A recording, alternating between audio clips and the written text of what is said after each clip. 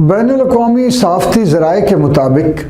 مشرق وسطی میں سعودی عرب اور متحدہ عرب امارات کے درمیان یمن سے متعلق پالیسی اختلافات ایک بار پھر نمایاں ہوتے دکھائی دے رہے ہیں، جہاں حالیہ دنوں میں سامنے آنے والی اطلاعات کے مطابق سعودی عرب نے یمن کے جنوبی علاقوں میں ایک اسلحہ بردار قافلے کو فضائی کارروائی میں نشانہ بنایا،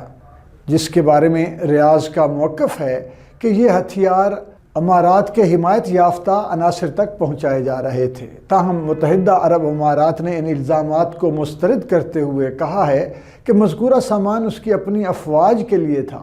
اور اس کا مقصد یمن میں انسداد دہشت گردی اور سیکیورٹی تعاون تھا۔ تجزیہ کاروں کے مطابق یہ اختلافات یمن کے پیچیدہ تنازع کی اندرونی پرتوں کی عکاسی کرتے ہیں، جہاں سعودی عرب بین الاقوامی طور پر تسلیم شدہ یمنی حکومت کی حمایت کرتا ہے،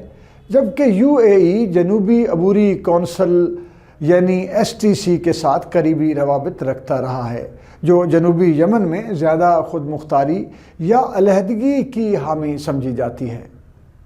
امارات کی جانب سے یمن میں اپنی فوجی موجودگی محدود یا ختم کرنے کے اعلانات بھی سامنے آئے ہیں، تاہم دونوں ممالک نے براہ راست تصادم یا باہمی دشمنی کی باضابطہ تصدیق نہیں کی۔